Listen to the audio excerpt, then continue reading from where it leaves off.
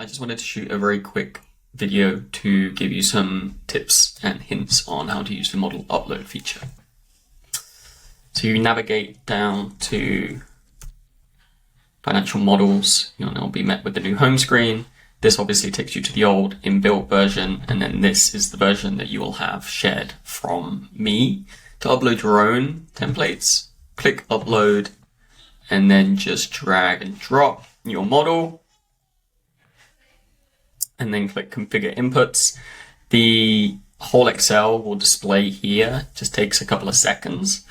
And so you can see this is my template and all the outputs are listed, the cover, etc. Now, because you're mapping the inputs, it helps to get your Excel into a template where it makes that really easy. And so you'll see from my example, I list all of the assumptions that relate to the rest of the model in one tab, and I arrange them in this format vertically such that you can do the following. So you can map individual cells like this. All you have to do is click on the cell you want to map as an input. So these are the cells that the agent is going to be able to edit and configure itself. You can be as broad or as confined as you want. Maybe for most of your models, you're probably only actually changing, 6 or 7 inputs, versus if you want something more detailed where you can change everything, then you have to map all of them. For individual cells, you click the cell you want to map, describe what it's called, click this button, and it will pull the value just to the left. You don't have to add a description, but of course you can. We'll auto identify what it is, but you should change this if it's not accurate. Currency is where you're kind of going to put revenue, EBITDA, gross margin values. Number is where you're putting more things like multiples, entry multiples, exit multiples. And then the others, I think, are self-explanatory. Default value, and then you just hit add cell. Okay, so now this is one of your mapped input cells. Easy. If you want to do this quicker and for more cells, just drag and select, okay? You have to select both the name and the input cell, and then it will automatically tag those, right? So it's got the name, all of the different inputs that I've done, and it's identify the inputs. This is why arranging in this format is really quick and easy and good. And then you could just change any of these. Required means that the agent is going to ensure that they're filled every time. So if one of the inputs is kind of optional, you could mark it not required, and then the agent doesn't feel like it has to find an input for it. So an example of that would be pro forma ownership, right? If this is 0 blank, it doesn't actually impact the rest of the model. So I would mark that as not required. So go through the rest of your inputs.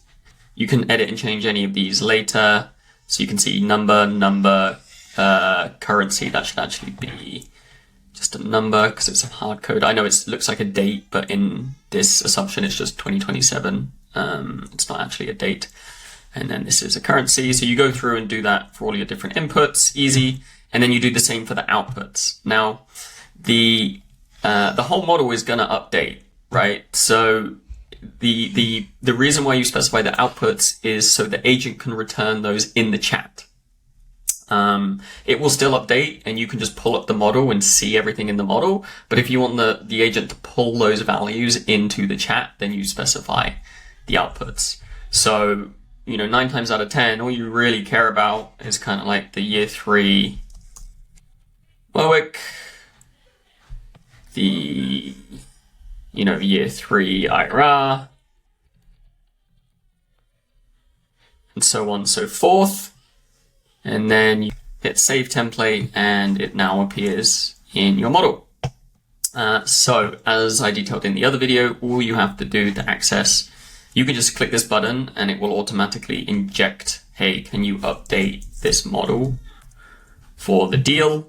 But also all the models are accessible through the app button. So if you like upload this or update this for Lux Radiance, etc., you can go see the other video for how that works in more detail. This is more just a tips and tricks. If you need to go and remap, just click view, and you can see all of the inputs here that you've mapped just to double check that they're accurate.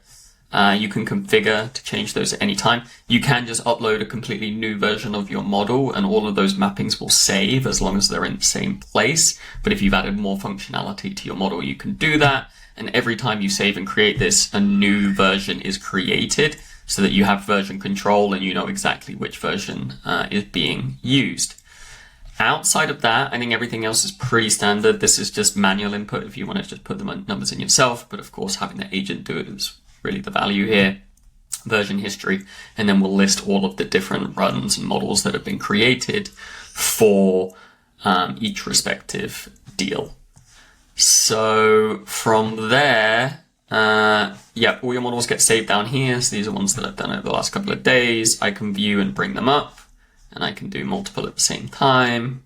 So I can see side by sides, nice and easy, and then hit this button, downloads, and it outputs into the fully functioning model. Cool. Any questions? Let me know.